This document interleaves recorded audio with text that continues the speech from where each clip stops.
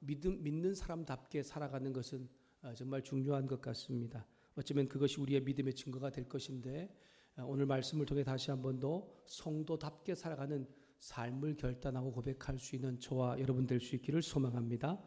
빌립보 교회는 바울이 성령 하나님의 강력한 음성을 듣고서 두 번째 전도여행을 시작할 때 처음으로 세워진 유럽 최초의 교회입니다. 사도행전 16장에 보면 이 빌립보 교회의 설립 과정에 대해서 자세히 기록되어져 있으니까요. 여러분 시간 될 때 한번 읽어보시면 도움될 것 같습니다. 바울은 로마 감옥에 투옥되어 있을 때에 이 편지를 통해서 빌립보 교회 성도들 가운데 베푼 사랑과 은혜에 대해서 감사한 마음을 표현하고 있습니다. 빌립보 교회는 바울을 통해 복음을 들은 교회 중에서 선교의 사역을 실질적인 물질로 동력한 교회입니다. 바울은 교회 지도자 에바프로디토를 통해서 선교 헌금을 보내준 것과 또 그리고 빌립보 교회 내에 분쟁과 분열에 대해서 듣고서 그것에 대하여 하나 되라고 이 편지를 통해서 말씀하고 있습니다. 빌립보 교회 안에 바울이 떠난 이후에 가만히 들어온 거짓 교사들이 있었습니다.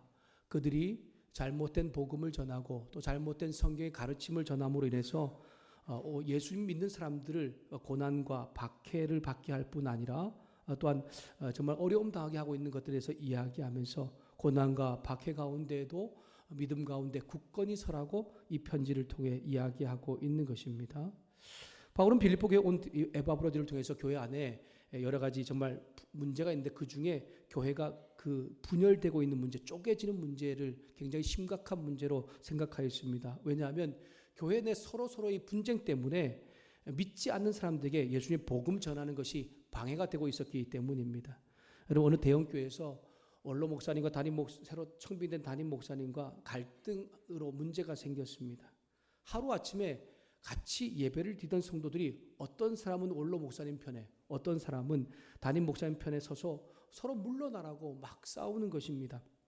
교회 내 싸움으로 상처받은 성도들이 교회를 떠납니다. 더 안타까운 것은 주변에 있는 교회들이 그 싸우는 교회를 보면서 정말 오히려 더 욕하면서 기독교나 아니면 믿음에 대해서 오히려 어려움 당하고 있는 것을 보게 됩니다.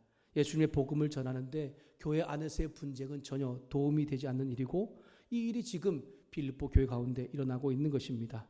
그래서 바울은 자신은 비록 감옥에 갇혀있는 상황 가운데 있지만 이런 상황 때문에 예수님의 복음이 전해지고 확장되어진다는 소식에 나는 기뻐한다 라고 말하면서 우리도 복음이 확장되는 일 가운데 그 일 가운데 잘 쓰임받는 성도들 될 것을 이야기하고 있습니다.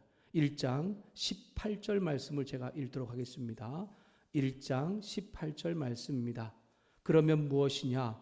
거칠어로 하나 참으로 하나 무슨 방도로 하든지 전파되는 것은 그리스도니 이로써 나는 기뻐하고 또한 기뻐하리라. 아멘. 여러분 바울이 감옥에 갇히게 된 것이 무엇 때문입니까? 예수님의 복음 때문입니다. 복음 때문에 그가 잘 되는 것이 아니라 복음을 전하고 있는 그를 주님께서 책임져 주시는 것이 아니라 오히려 감옥에 갇혀서 고난과 어려움을 당하고 있는 것입니다. 그렇다면 감옥에 갇힌 이 어려움과 고난 속에서 그는 오히려 주님을 원망할 수 있을 것입니다. 그런데 바울은 그것에 관심이 없습니다.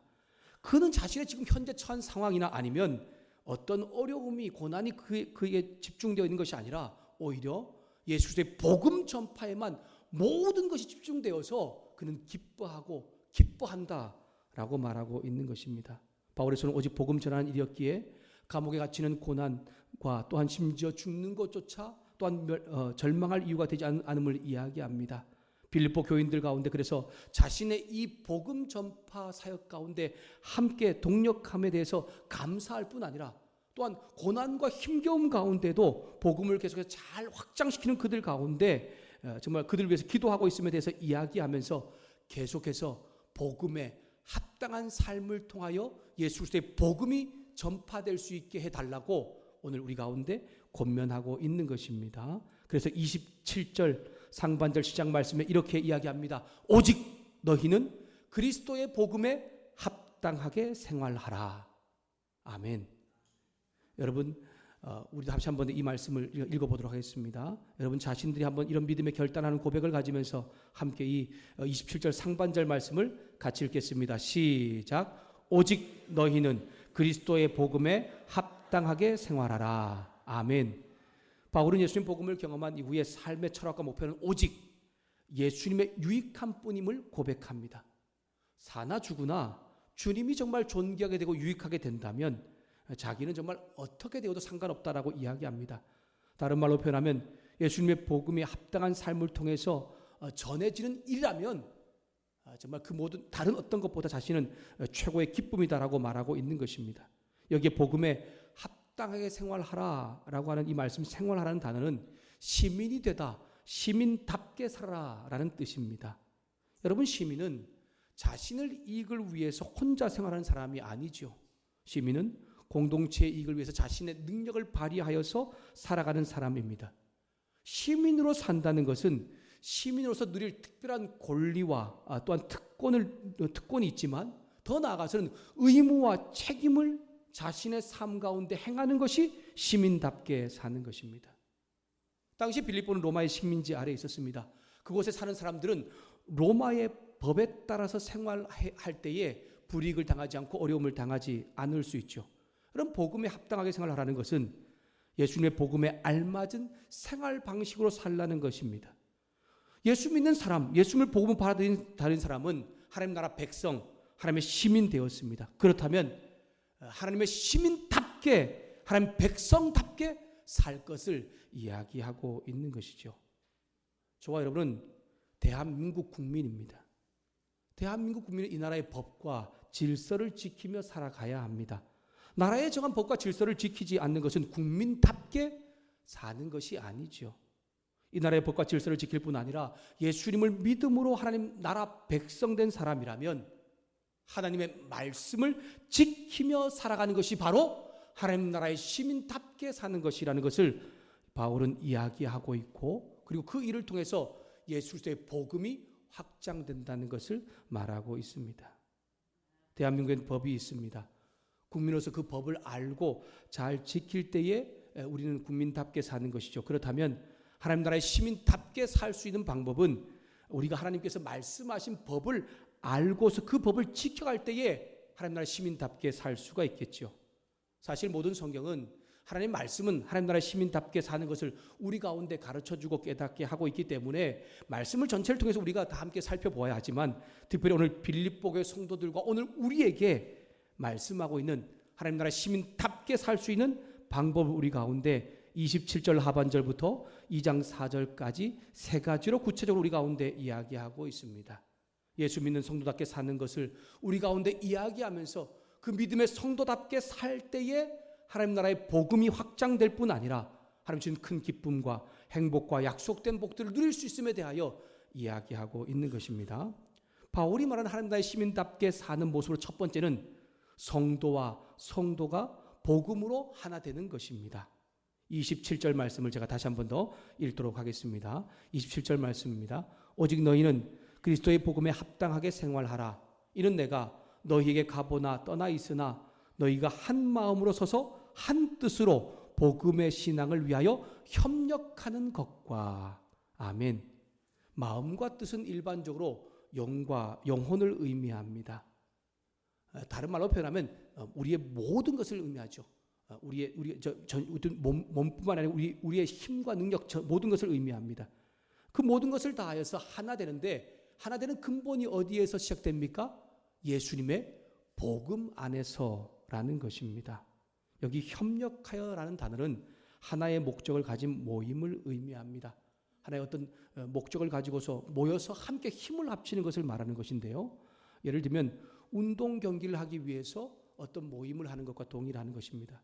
여러분, 제가 운동을 좋아하는 거 잘 아시죠? 제가 좋아하는, 정말 저는 단체 운동이 축구입니다. 요즘에는 배드민턴도 치고 탁구도 치고 그렇게 하는데, 제가 정말 좋아하는 운동, 단체 운동은 축구인데요. 얼마 전에 총회 서북 지역 30개 노회가 함께 모여서 이제 목사님들이 모여서 이제 체육대회를 하는 그런 모임에 함께 참여했습니다. 각 노예라고 하지만 뭐 지역도 다르고 또 뭐 이게 퍼져 있는 그런 교회들이 다 있기 때문에 누가 누구인지 전 잘 모릅니다. 하지만 이제 이 체육대회 때문에 그리고 축구 때문에 모두가 하나로 모여서 이제 운동을 하는 것입니다. 운동을 하나 된 마음을 굳게 뭉쳐진 목사님들이 목표가 있죠. 목표가 뭘까요? 우승입니다. 우승하는 것. 네, 우승하는 게 목표입니다. 20개 팀이 참여했습니다. 그래서 A팀, B팀 이렇게 나누어서 결국엔 마지막에 모두가 함께 이렇게 마지막 결승전을 했는데, 여러분 우리 노예가 몇 등을 했을까요? 제가 대표로 참여했습니다. 몇 등 했을 것 같습니까? 2등도 1등도 있는데 믿음이 좋으신 분들입니다. 3등 했습니다. 여러분 잘하지 않습니까? 네, 20개 팀이 참가해 3등 했으면 잘한 것 같습니다. 함께 모여서 우승이라고 하는 공동의 목표를 가지고 함께 힘을 합친 것을 보고 바로 협력하여라고 그렇게 이야기하고 있는 것입니다. 제가 이번에 공을 차면서 느낀 것이 있습니다. 내가 이제 몸과 공이 따로 놀고 있구나라고 하는 것을 경험했습니다. 분명히 공은 저 앞에 가고 있고 내 마음은 따라가고 있는데 몸은 못 따라가고 있더라고요. 그래서 공 차는 게 쉽지가 않다라는 걸 경험했습니다. 예수님의 복음을 위해 자신의 생명만저 내던진 이 바울과 빌립보 교인들과 믿음의 선배들, 그리고 그 복음을 듣고 있는 오늘 우리의 공통된 목적이 있습니다. 우리가 이렇게 하나로 같이 살아가고 있는 이유가 무엇입니까? 그것은 정말 큰 기쁨의 좋은 소식인 예수님의 복음을 통해서 내가 먼저 그 기쁨과 약속된 축복을 누리고 더 나아가서 내가 함께하는 사람들 가운데 큰 기쁨의 좋은 소식과 약속된 축복인 복음을 나누어 주는 것이죠. 이 일을 위해서 우리는 일치된 마음으로 똘똘 뭉쳐 굳게 싸우는 것이 바로 하나님 나라의 시민답게 사는 것임을 바울은 이야기합니다. 두 번째로 하나님 나라의 시민답게 사는 것은 무슨 일에든지 대적하는 자들 때문에 두려워하지 않고 계속해서 고난 가운데도 복음을 확장시켜 나가는 것이라고 28절부터 30절에 말씀을 하고 있습니다. 여러분, 대적하는 자는 반대편에 놓인 자, 맞서는 자를 뜻합니다. 그들이 유대인일 수도 있고 이방인일 수도 있지만 예수님의 복음을 전파하는데 반대편에 서 있는 사람들이죠. 바울은 이들을 언급하면서 자신이 복음 전파하는 동안에 수없이 많은 고난을 당하고 반대에 직면했던 것처럼 이 빌립보 교인들도 지금도 예수님의 복음에 합당한 삶을 살아갈 때 고난과 반대에 부딪히게 될 것을 이야기하고 있는 것입니다. 그럴 때에 그들이 가져야 할 마음인데 그것이 뭐냐면 두려워하지 말라라고 하는 것입니다. 성경 가운데 두려워하지 말라라고 하는 단어가 참 많이 나오죠. 그리고 우리나라 보기엔 다 똑같은 단어인 것 같은데 헬라어는 다릅니다. 그때마다 이 두려워하지 말라는 단어가 사용되는 것이 다른데 오늘 이 두려워하지 말라라는 이 헬라어 단어도 신약 가운데는 여기 한 번밖에 사용되지 않은 단어입니다. 위협하다, 놀라게 하다라는 뜻인데 이 단어가 주로 어떤 데 쓰여졌냐면 여러분 우리 마국간에 말들이 있죠. 말들이 갑자기 깜짝 놀랄 상황이 있거나 아니면 뭔가 무서운 상황이 두려운 상황이 됐을 때 막 우왕좌왕하면서 막 도망치는 그러한 상황을 지금 여기 이 두려워하다라는 단어로 지금 표현하고 있는 것입니다. 어떤 목적을 가지고 앞으로 나가던 사람이나 어떤 공동체가 예상치 못하고 갑자기 정말 무서운 상황에 장애물이 생긴 겁니다. 그때 허둥지둥 되면서 앞으로 가지 못하고 뒤로 물러나면서 도망치는 것을 두려워하는 것으로 지금 표현하고 있는 것입니다. 여러분, 예수님의 복음을 전할 때에 오늘 29절 말씀에도 보니까 그를 위하여 고난도 받는다라고 말씀하고 있죠. 믿음 때문에 우리는 고난을 당합니다. 믿음 때문에 공동체가 어려움과 힘겨움 가운데 또한 갑작스러운 정말 두려움 가운데 그렇게 쌓여갈 때가 있습니다. 그럴 때에 비록 그 반대하는 세력과 있다 할지라도 고난을 당한다 할지라도 무서워서 꽁무니 빼고 도망하지 말고 당당하게 맞설 것을 말하고 있는 것입니다. 당당하게 맞설 수 있는 그 사람이 하나님 나라의 시민답게 사는 사람일 뿐 아니라 오늘 말씀을 보니까 바로 보니까 구원의 증거라고 우리 가운데 가르쳐주고 있습니다. 바울이 말한 하나님 나라의 시민답게 살 때 고난이 있습니다. 예수님 믿는 것 때문에 당하는 고난입니다. 그것이 믿음의 증거임을 이야기합니다. 더 나아가서 바울은 예수님의 복음 때문에 대적자들과 이 싸움 가운데 꽁무니 빼지 말고 우왕좌왕 하지 말고 도망치지 말고 함께하는 믿음의 성도들과 같이 이 싸움을 이겨나갈 것을 이야기하고 있습니다. 바울이 한 나라의 시민답게 사는 세 번째는 2장 1절부터 4절에 말씀하고 있는 것입니다. 예수님의 복음을 위해 함께 싸워야 할 뿐 아니라 예수님의 사랑 안에서 한 마음, 한 뜻을 품고서 실제 삶 가운데도 행동하는 것을 말하고 있습니다.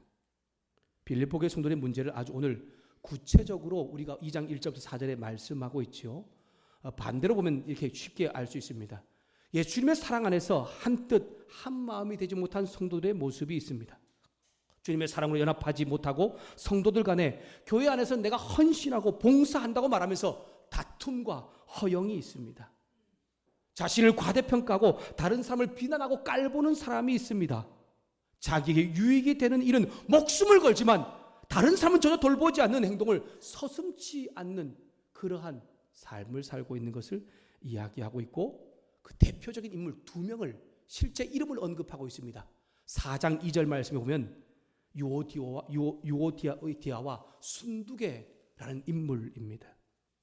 결국 교회 안에서 한 마음 한 뜻이 되지 못하고 이러한 분열이 복음 전파에 방해가 되고 있다는 것을 바울은 이야기하면서 주님의 사랑 안에서 한 마음 한 뜻을 품고서 실제 삶 가운데 살아갈 것을 이야기하고 있습니다. 여러분, 이 주님의 사랑의 마음을 품지 못하는 것은 비단 이 빌립보 교회 성도들만의 마음만은 아닌 것 같습니다. 오늘 우리도 동일한 죄악된 인간의 본질적인 마음 때문에 예수 믿는다고 말은 하는데 여전히 우리는 성숙되지 못한 정말 그리고 죄악된 습성 때문에 하나 되지 못하지요. 누군가의 사랑받기를 참 좋아하는데 사랑하는 일은 그렇게 힘듭니다. 자기에게 이익이 될 때는 사랑하는 척, 섬기는 척 할 수는 있습니다. 하지만 진짜 사랑하고 정말 진짜 섬기는 일은 잘 하지 못하지요. 헌신을 하지만 그 헌신이 진정한 헌신이 아니라 누군가에게 인정받고 싶어하는 헌신일 때가 얼마나 많은지 모릅니다. 말로는요 교회 일을 다 합니다. 하지만 실제 행동은 전혀 하지 않는 사람도 있다는 것입니다. 앞에 나서서 보여지는 일은 좋아하고 뒤에서 보이지 않는 일에는 전혀 관심이 없는 이런 모습이 지금 빌립보 교회 성도들이 주 안에서 사랑하는 마음을 품지 못하고 살고 있는 마음과 동일한 나의 모습, 우리의 모습입니다. 이렇게 열심히 일하는 나의 헌신과 수고를 누가 알아주지 않는다고 상처받는 사람이 많습니다. 그래서 자신의 아픔과 이 서운한 마음을 정말 가까운 성도와 또한 목회자에게 말해서 이것을 위로받고 해결받는 것이 아니라 이웃에 믿지 않는 사람에게 말을 합니다. 우리 교회 누구 때문에 내가 정말 힘들고 어렵다라고 안 믿는 사람에게 말을 합니다. 그럼 여러분, 그 사람이 교회에 나오고 싶겠습니까? 오히려 복음 전파에 방해가 되는 것은 당연한 것 같습니다. 그래서 2장 1절부터 4절에 하나님 나라의 시민답게 살기 위해서 주님의 사랑하는 마음을 품고서 가져야 되는 마음을 3절에 이야기하는데 그것이 무엇입니까? 오직 겸손한 마음입니다. 여러분, 바울은 빌립보 교회 성도들에게 하나님 시민답게 살기 위해서 주님의 겸손한 마음을 가지고서 실제의 삶 가운데 살아갈 것을 말하는데 1절부터 3절 상반절까지는 겸손한 마음의 내적인 표현들을 이야기하고 있고 3절 하반절부터 4절까지는 겸손한 마음의 실적인 외적인 표현에 대해서 이야기하고 있습니다. 겸손한 마음은 어떤 것입니까? 권면, 사랑, 위로, 성령의 교제, 긍휼, 그리고 주님과 같은 마음으로 다툼, 미움, 허영을 가지지 않는 것입니다. 그렇다면 겸손한 마음을 가질 때에 내적으로 표현되는 것은 어떤 것입니다? 자기보다 남을 낮게 여기고 자기 자신을 돌볼 줄 아는 것처럼 자신의 일처럼 다른 사람을 돌보는 일이 실제의 삶 가운데 일어나게 되고 그것이 바로 하나님 나라의 시민답게 사는 모습이며 복음에 합당하게 생활하는 것이라는 것을 바울은 우리 가운데 깨닫게 하고 있습니다. 그리고 그 일을 통해서 분명히 복음은 확장되어지고 하나님도 기뻐하시고 바울도 기뻐하고 그 일을 하고 있는 사람도 기쁨과 행복이 넘칠 것을 말하고 있는 것입니다. 예수님 안에 살아가는 성도들이 품고 살아가야 할 마음입니다. 하나님 나라의 시민답게 살기 위해서 주님의 사랑의 마음을 품어야 비로소 우리는 살 수 있음을 이야기합니다. 그리고 그 마음 품은 마음을 실제의 삶 가운데 이루어 가라는 것이죠. 성도가 전 여러분, 예수님 복음을 통해 믿음으로 구원받아 우리 모두가 하나님 나라의 시민 될 수 있기를 주님의 이름으로 축복합니다. 또한 하나님 나라 시민으로 시민답게 이 땅 가운데 살아감으로 저와 여러분을 통해서 예수님의 복음이 확장될 뿐 아니라 복음을 통해 주시는 하나님의 큰 기쁨과 약속된 축복을 다 누릴 수 있는 믿음의 성도들 모두가 될 수 있기를 주님의 이름으로 축복합니다. 자신이 죄인임을 깨닫고 예수님의 복음으로 구원 얻은 하나님의 사람, 그 하나님 백성은 하나님 나라의 시민이라고 그렇게 불려집니다. 하나님 나라의 시민은 자기가 자기 삶의 주인이 아니라 하나님이 그 사람의 주인 되십니다. 그러므로 그 주인 되신 하나님의 말씀에 따라 살아가는 것입니다. 그것이 바로 하나님 나라의 시민답게 사는 것, 복음에 합당하게 생활하는 것이라는 것이죠. 우린 대한민국 국민으로서 이 땅에서 정한 법을 지키면서 살아갑니다. 빌립보교회 성도들은 로마 시민이기에 로마에 정한 법을 따라 살아갑니다. 더 나아가서 예수 믿는 사람은 하나님 나라 시민이기에 하나님 말씀 그리고 또 하나님께서 살라고 하신 대로 사는 것이 바로 하나님 나라 시민답게 사는 것이고 그것이 바로 성도의 정체성을 부여하는 것입니다. 예수님의 복음은 모든 믿는 사람에게 거룩한 정체성을 부여합니다. 그에 어울리는 생각과 삶의 방식을 요구합니다. 그래서 저와 여러분의 사고와 가치관, 행동과 삶의 방식은 하나님께서 말씀하시는 것과 어울리는 삶을 살 때에 비로소 내가 바로 하나님 나라 백성, 하나님 나라 시민답게 사는 것이고 예수 믿는 사람의 자존심을 지키며 사는 것임을 바울 우리 가운데 말씀하고 있습니다. 믿음으로 살 때 고난이 닥칠 수 있습니다. 힘겨운 삶이 있습니다. 그럴 때에 함께하는 성도들과 협력하여 선을 이루면서 주님 안에서 같은 마음을 품고서 함께 살아가는 성도가 되라고 우리 가운데 말씀하고 있습니다. 30절 말씀을 우리 함께 읽어보도록 하겠습니다. 30절 말씀입니다. 30절 함께 읽겠습니다. 시작. 너희에게도 그와 같은 싸움이 있으니 너희가 내 안에서 본 바요 이제도 내 안에서 듣는 바니라. 그와 같은 싸움이라는 단어는 바울이 하나님 나라 시민답게 복음을 전하고 믿음을 지키기 위해서 경험한 수많은 갈등과 고난을 나타내는 단어입니다.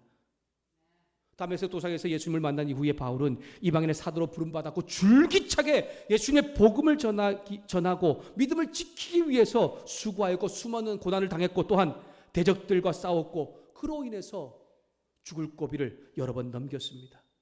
빌립보 교인들은 바울이 이런 싸움을 한 것을 잘 알고 있었고 편지를 통해 또 지금 듣고 있습니다. 감옥에 갇힌 상황 가운데 있으면서 이 싸움을 하고 있는 것을 지금 듣고 있는 것입니다.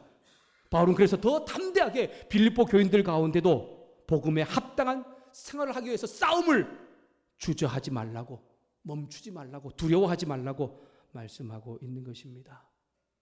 오늘까지 예수 믿고 난 이후에 주님의 마음을 품고서 복음에 합당한 삶을 잘 싸워오신 여러분을 주님의 이름으로 축복합니다. 계속해서 하나님 나라의 시민답게 사는 이 싸움을 잘 감당하셔서 주님의 이름을 존귀케 하는 우리의 삶이 될 수 있기를 주님의 이름으로 축복합니다.